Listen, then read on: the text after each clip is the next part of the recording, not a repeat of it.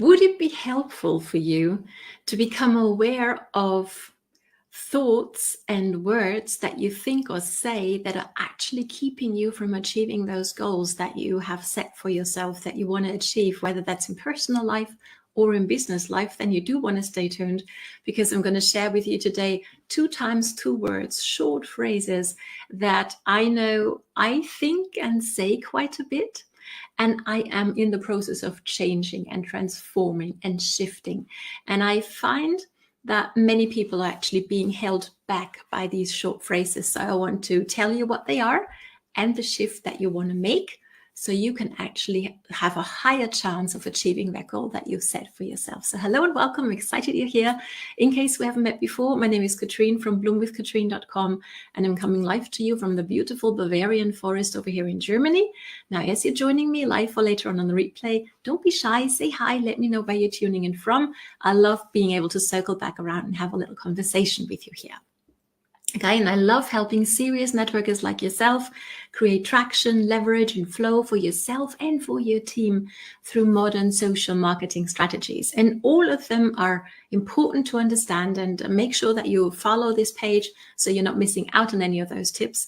But here's what I find, and what I see in myself and what I see in coaching clients as well, is that we can learn all the most powerful strategies, but if we're really holding ourselves back up here with what we have going on between our 2 ears, it's not really going to work. Okay, so let's talk about this. And if you have an idea what words you might be saying or thinking that you can feel are holding you back from achieving your goals, drop them down below. I'd be curious to see what you come up with. Here are the 2 times 2 words, those 2 short phrases that I find I say and think quite a bit, and that I'm in the process of shifting. Okay, and if you want to, you can shift it with me today. Okay, so let's dive on in. Number 1 is if only. ... Whatever comes afterwards doesn't really matter, right? If it's if only I was more successful, if only my hubby was happier, if only my team took more action, if only my son listened more to what I say, whatever it might be.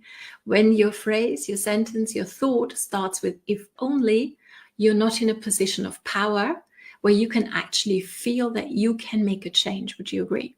Okay, so that's number 1, if only. Write it down, drop it down below so others can see it, but write it down for yourself as well. Okay, so you can remember it. If only. Second one is I wish. Right? I wish ABC hadn't happened. I wish ABC was different. I wish people were more positive on social media, right? I wish my team were more active. I wish whatever, right? So if only and I wish are the 2 short sentences that we're going to shift today, because here's what happens when you continue saying them and when you continue thinking them. Okay, ready? They will keep us feeling disempowered, like the victim of the situation, and literally stuck, because it means that we're expecting from other people to make the change that we're looking for. Okay, or we are waiting on others to do something so we might achieve our goal. Okay, that's not a place of power. That's not a position of, hey, I can make a change happen here, right? I hope you can feel that. Drop it down below if it makes sense, right? Or we go ahead and demand of others to change something. Now, easy example, in our family, my hubby does the shopping, and I love him for doing that, right? And he sometimes, especially around this time of year when we're moving into winter, right, he tends to buy, shall I say, unhealthy snacks quite a bit, okay?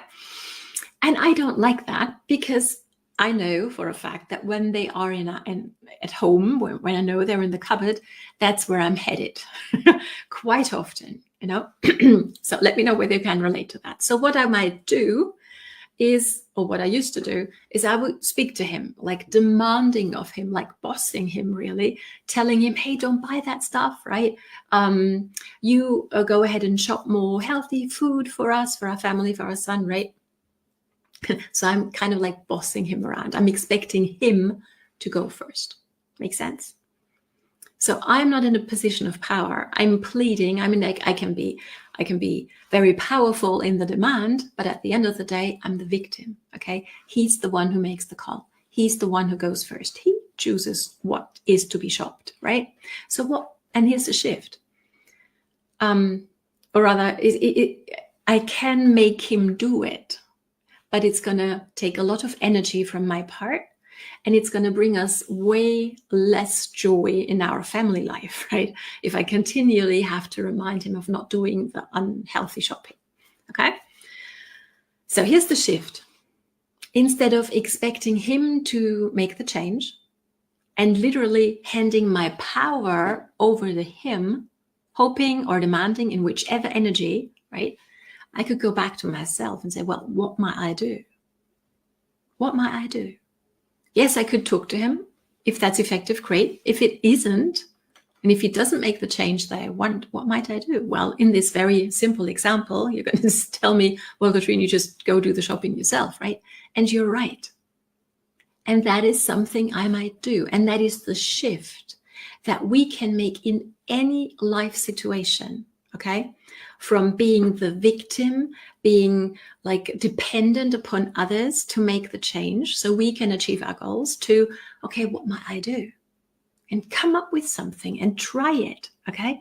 I find already only that thought and that comprehension and that realization that I'm the person who can go first is going to make such a difference, okay, in our energy. And that's what can happen, right? So I'm going to do the shopping. I'm going to buy the healthy stuff, and we won't have the nasties at home. That's going to make the change happen that we all want to see in our lives, in our family, right? So what might I do? Instead of going, oh, I wish, if only he did ABC. No, let's look at myself. Okay, what might I do? Okay. So really being an inspiring leader rather than a demanding boss, if that makes sense. Okay, drop it down below if it does. So you can inspire others so that they want to follow your lead, okay, in their words, in their action. That's super, super powerful, okay? So if you want more health in your family, be it your food or exercising more, you go first. You make the change happen. And by you doing it, you can inspire the rest of your gang to follow suit, right? Same with your team, with business goals, okay? Business behaviors. Maybe you feel, or you can see the potential in doing live video for your team, okay? And you're telling them, demanding of them, recommending whatever, the energy is that you choose to do with your team. You're going to say, oh yeah, we're going to do live video. And then you're not doing them yourself. Or you going ahead, you leading the way, you being able to show on team training, hey, these are the live video topics I'm going to do this week. Who wants to do the same ones, or who wants to, join me in that little challenge, okay? These are the topics for this week that I've come up with, and work on that, and then inspire your team to do it with you, okay? Or if they're not ready yet, they can be inspired, okay? You can inspire them by your action.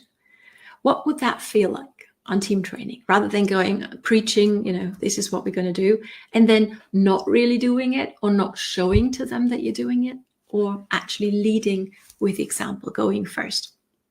Okay, same thing, of course, in relationship behaviors as well. Okay, so I hope this makes sense. I hope this is valuable. If it is, please drop your main ahas always underneath this training episode, because then your name goes onto this green list down, but not down below, but back over here, okay? And on the last Saturday of the month, I always give away one free coaching session, okay? I hope it's going to be you. And the more often you leave your 3 main ahas underneath my training episodes, the more often your name goes onto that green sheet back there, okay? So increasing your chances of winning that coaching session. So look for, whenever you're thinking, if only, look for those I wish moments in your life. And I hope you're going to remember this, okay? That you can make the change happen. You can shift your focus from being a demanding boss or a pleading, please do this for me, right?